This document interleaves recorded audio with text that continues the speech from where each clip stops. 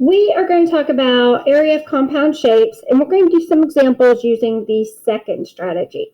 And the second strategy is making a rectangle around the whole figure, the whole shape, and then removing the area that you don't need. So for instance, right here, I would take this line down and take this line over until they both met. And then I'd continue this rectangle down and take it all the way over until both of those lines met. And now, if you kind of ignore what's going on the inside, it looks like a big square rectangle around the side. Well, we're going to find the area of the whole shape, and then we're going to find the area of each of these shaded areas that we don't need, and we're going to take it out. So first of all, let's find the area of the whole shape. So I see that my base, this line is as wide as my whole shape. So I know my base is 17, and my height, you would want to say 10, but remember 10 is only from this point to this point. It goes all the way down. So do I have a line that's parallel to this line? I do, right here. And it tells me that this line's 5.74. So if this line's 5.74, this will also be 5.74. And now, since the whole thing's a rectangle, I know it's going to be area base times height.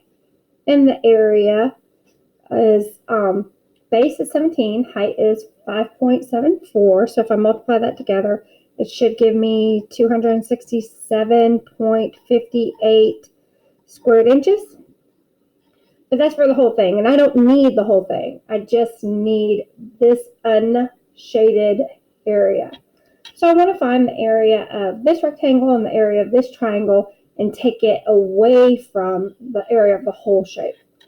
Well, this one's going to be pretty easy because I have this right here are my two perpendicular lines, so I can use it as a base and a height. And if I do a base and a height of 13 times 5.74, this area in here is going to be 74.62 squared inches. So let's go ahead and take out this area from the total area. And if I do the math on that, that's going to leave me with 192.96 squared inches. But now I'm done with this, but now I still have this triangle area figured in with this, and I don't want that. So I have to figure out what is the area of this. I see this 7 inches, but remember this 7 inches was already there before I drew these lines. So this 7 inches goes with this slanted line. And since it's slanted, I cannot use it for a base or a height. So I have to figure out what is my base. Well, up here, this line, this whole line is 17 inches, which means this whole line is 17 inches because it's parallel. But I see that this line that goes right here, from here to here, it's 13 inches. These lines are parallel, they're the same length, that's 13. And the whole thing is 17. So 13 plus what equals 17? 4. So I know my base is going to be 4. And what is my height? Do I have a parallel line that is this length? I do, right here. This line's parallel to this, same length. So I know my height is 5.74. And how do I find the area of a triangle?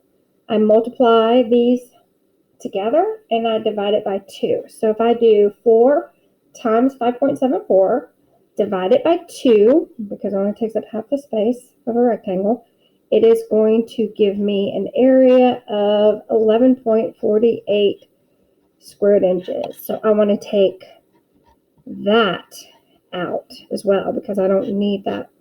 I only need the unshaded. And that is going to leave me with 181.48 squared inches. So in yesterday's video, you saw how to find the area of this shape by decomposing it, by breaking them apart. And then today we're doing the same problem, but we're showing a second strategy that you could use. So you pick out which ones work for you. And sometimes strategy 1 would work better than strategy 2. Like this one, since I'm finding the area of a rectangle and a triangle, I probably would not pick this strategy, because if I separate it here like I did yesterday, if I find the area of a rectangle and a triangle and add those together, it would be less work. But I wanted to show you the 2 different ways, and you pick whichever one works for you. All right, we also did this one yesterday. Remember, we separated and made a trapezoid and a rectangle? Well, this right here, strategy 2 may be better, because all I have to do is make this into a large rectangle, and then find the area of the whole rectangle, find the area of the triangle, and take the area of the triangle out. So I will need to find my base, and is it 26? Well, 26 only goes to this point where the line had stopped before I drew this. So I'm going to look at this line. This line goes all the way across. So I know to go all the way across, my base is 39 meters. And then my height, this goes the length of my whole shape, so it's 18. Find the area of a rectangle, it's base times height. And if I do base times height, that is going to give me 702 square meters for the whole thing.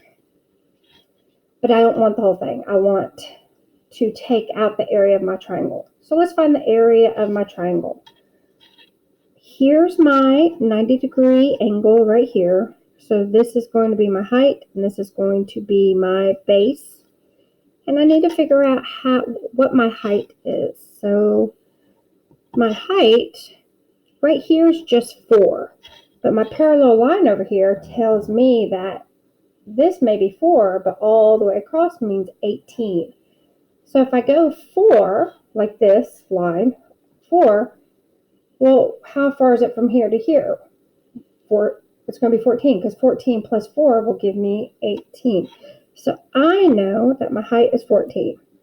And my base, well, from here to here, it's 26. And I know the whole thing's 39. So I could say 39 minus 26, or I could say 26 plus what equals 39. Either way, I know that it's going to be, this line will be 13, because 13 plus 26 will equal 39. And now I have my base and my height. Well, remind yourself, it is a triangle. So you're going to multiply these together, and you're going to divide it by 2, which is going to give you an area of 91 square meters for this extra shape that we created. So since I do not want this area in my total area shape, I am going to subtract it away from the whole total.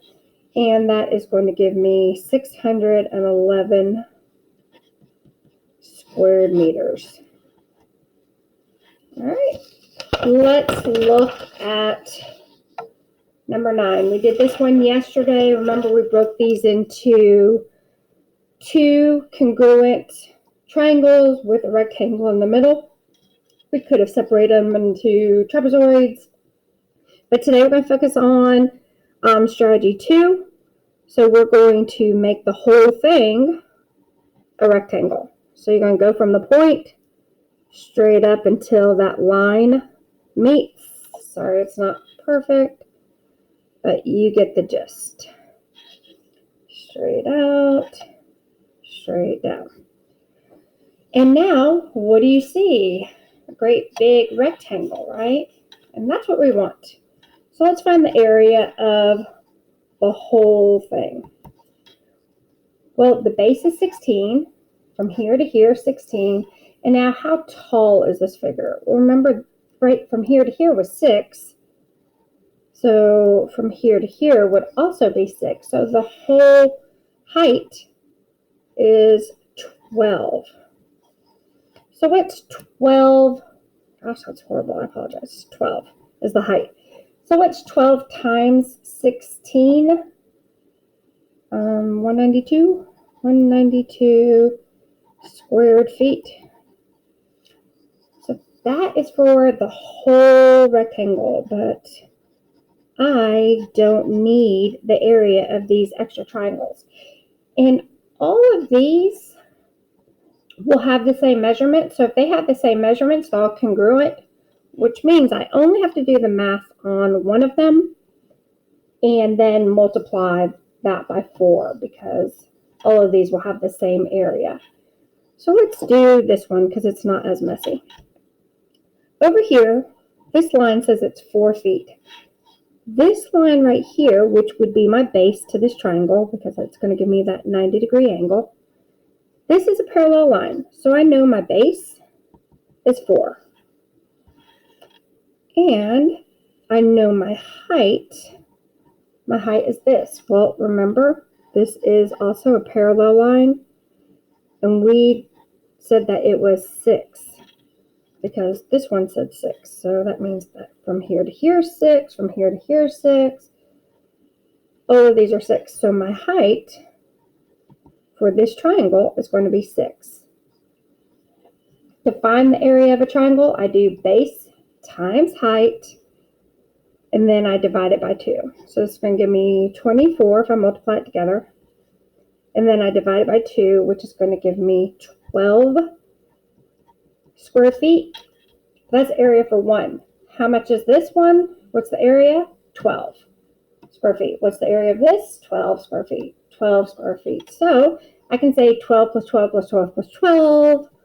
Or because I'm a 6th grader, I can use multiplication and say 12 times 4, which is going to give me 48 square feet of area that I do not need. So I am going to subtract that out of the total that I found the area for. And when I subtract that out, whoops, 4, what is that? 4, 8.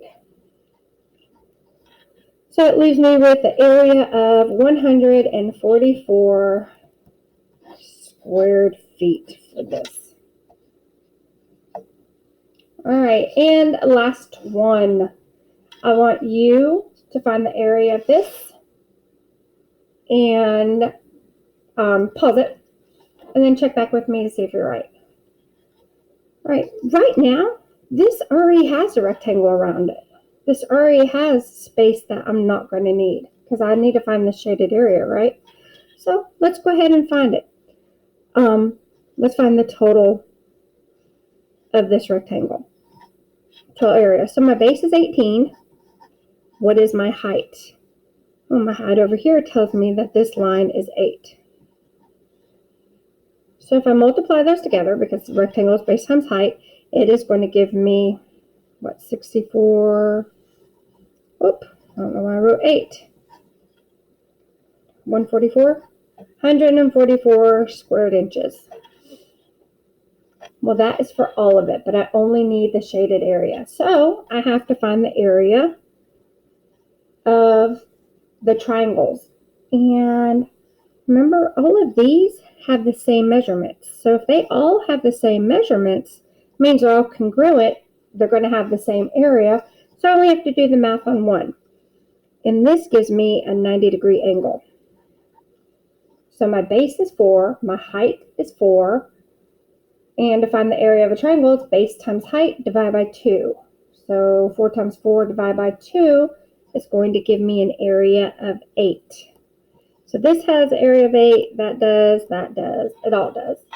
Well, what is 8 times 4?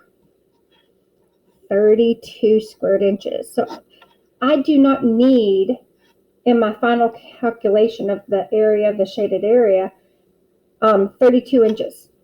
So I'm going to take that away, and that is going to leave me with an area of the shaded area. I know I've said that a couple times.